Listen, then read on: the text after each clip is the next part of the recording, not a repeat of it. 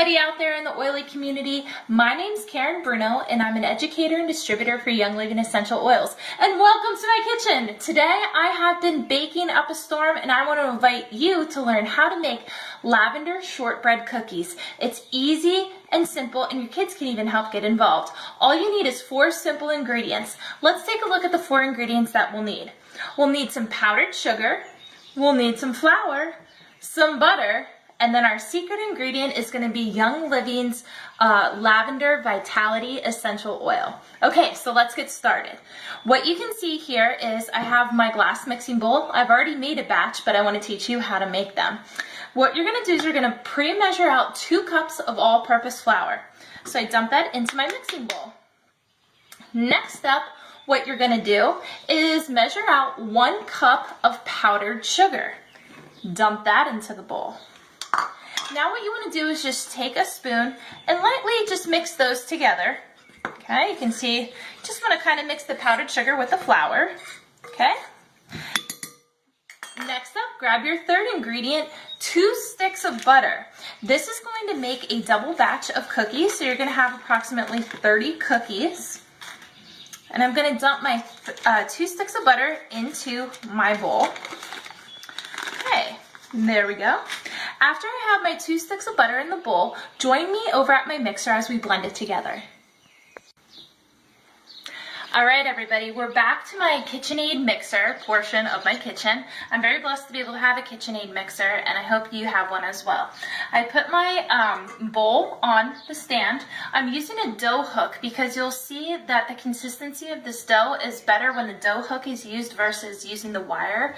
And so what we're going to do now is have it plugged in. I'm going to lock it. You want to put it on a slow speed because you're trying to incorporate the butter with the flour. Do that for approximately 30 seconds and I'll see you back shortly.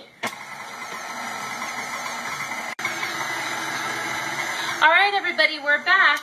I had that going for approximately 30 seconds and I want you to take a look at what the inside of my bowl looks like right now. I'm going to remove the attachment of my dough hook. Okay, and take a look at the inside. You're like, whoa, Karen, there's nothing but a buttery mess here along with the flour on the side. That's okay. What you're going to do now is I'm going to transfer this over to my area in the kitchen over here. And what I'm going to do is I'm going to take my hands, and this is the fun part, you want to take off all your rings and jewelry, and you're just going to slowly incorporate the flour with the butter, okay? Do so until you form a really nice dough, and we'll be back shortly.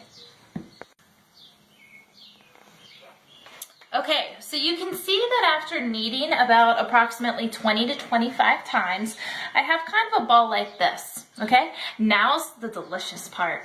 Open up your bottle of Young Living's Lavender Vitality Essential Oil, and it's the white label bottle because it's specifically labeled that Young Living lets us know that it's okay for internal consumption. What we're going to do now is we're going to drop 8 drops in our dough. So I'm going to smash it in the bottom of my bowl here, and I'm going to drop 8 drops. 1, 2, 3, 4, 5, 6, 7, 8. Perfect. The reason why it's 8 is this is a double batch. So if you're just making a single batch, only do 4. And when you cook the oils, they don't tend to be as potent over time. So since we're baking them in these cookies, we're going to add 8 and it'll be just a nice, subtle, light lavender flavor that I know you're going to enjoy. So now what I'm going to do is I'm going to re-knead this approximately 15 to 20 times and I'll be right back. All right, everybody, as you can tell, I've kneaded it and I've kneaded it so well that my bowl is virtually dough-free. That's when you know you have the perfect consistency. So what I've already done is I've already put flour onto my surface. Remember, these are going to be rolled out. And the reason why we put flour is that on my counter here is to make sure that our cookies don't stick. That's not good because we're going to be making cutout cookies and we all know how that goes. So what I'm going to do is I'm going to split my dough in half and I'm going to set the rest off to the side. Next up, I'm going to prepare my area here, and I'm going to put my ball of dough on the ground there. You'll notice that I have 2 rolling pins. These are going to be a special treat for the ladies who are coming to my chemical-free bathroom class tomorrow, and so I want to do it extra special for them. I have a rolling pin to roll them out, and then before the very last roll, I have the specialty rolling pin that says Made with Love by Karen Bruno, which is me. So shout out to Whitney, my sister-in-law, for giving me this awesome rolling pin. And to get started, what you're going to do is you're going to roll it or pat it down with the flour. This way your rolling pin doesn't stick to your dough. And we're gonna roll it out, okay? Okay, and if you don't have enough flour there, again, just roll it in the areas that do have flour.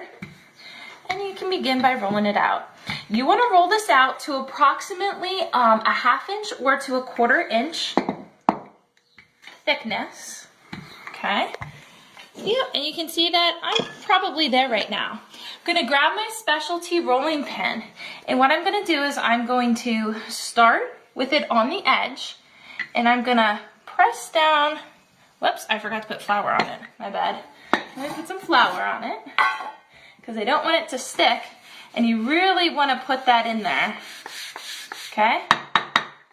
Give it a good tap. That way none of the dough sticks to it. Okay, and I'm gonna roll it along the edge here, and it's gonna leave a light impression in my dough. Okay, and then over on the other side, I'm gonna roll it again and just put it there.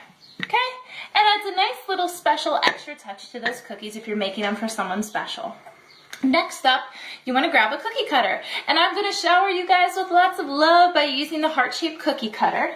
And I'm going to be using my cookie trays. They already have a Silpat mat on them. If you don't have these Silpat mats, I highly recommend them. They're worth their weight in gold. Otherwise, you can use parchment paper to prevent these from sticking to the pan. So what you're going to do is you're going to use your cookie cutter, and you're just going to cut them out on the dough. I'll be right back once I have this all finished for you guys.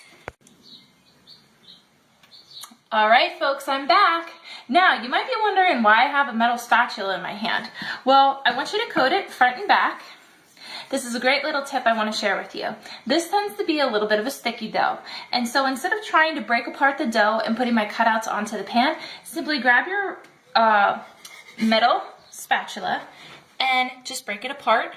Makes for an easy transfer. Slide under, scrape off the sides, and transfer to your pan. You can put these relatively close together because they're not going to expand. I'll be right back once I have the pan full. All right, welcome back everybody. As you can tell, I've loaded up my tray with all the cutouts, and I preheated my oven to 300 degrees. You wanna make sure that your rack is in the center of the oven and only cook one pan at a time. I'm gonna put my pan in, I'm gonna shut it, and I'm gonna set my timer for approximately 20 minutes. Now, depending on your oven, if it cooks faster, adjust it to approximately maybe 17 minutes. But if you have a pretty good oven, 20 minutes is what we're going for. We're looking to make sure the edges are just slightly golden brown. I'm gonna set it, now I'm gonna forget it and wait for that timer to go off. I'll be back shortly. All right, everybody, you hear that? My 20 minutes have passed. And let's take a look at these guys. Oh, beautiful. You can see that there's some dark brown around the edges. They're starting to brown. That's a great indicator that they've cooked all the way through. I'm just gonna grab my second pan right here. You can see this is what the entire double batch makes. And I'm gonna put these in. I'm gonna allow them to cook for another 20 minutes. So let me set my timer. And once I have my timer set, I'm going to tell you the last special ingredient for these, okay? It's still only 4 ingredients, so it's one of the ingredients we used before. I'm going to allow my cookies to set for approximately 1 minute, and then before I transfer them to the wire rack, we're going to sprinkle them with some extra love. All right, guys, I'll be right back. All right, guys, so as I promised, I let these cool for approximately 1 minute, and so when I put that other batch in, when 1 minute passed, I know that I can do this special ingredient. I want you to grab your sifter, and I want you to grab some of that powdered sugar. I keep my powdered sugar in this jar, and I want to just sprinkle some in my sifter. And this is going to be a great finishing technique for you guys. What I want you to do is I want you to sprinkle your cookies. Oh my goodness, look how beautiful that looks. These are going to be nice, light lavender shortbread cookies. And who doesn't want them to be dusted with a little bit of sugar? This powdered sugar adds a nice finishing technique to them. And let me tell you, they taste amazing, guys. So I'm just going to finish this. Okay. And finish it off. All right, now the fun part. Simply take your spatula again. I'm going to go for that center guy. They've had enough time to set. And then I'm going to allow them to cool on a wire rack for approximately 1 hour, or you can serve them warm before storing them in a glass container.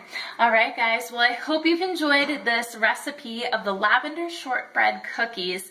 It's easy, it's simple, it's chemical-free, and best of all, guys, 4 ingredients. You can't beat that. All right, happy oiling, everybody. If you have any comments, feel free to leave them below. And remember, oil's well that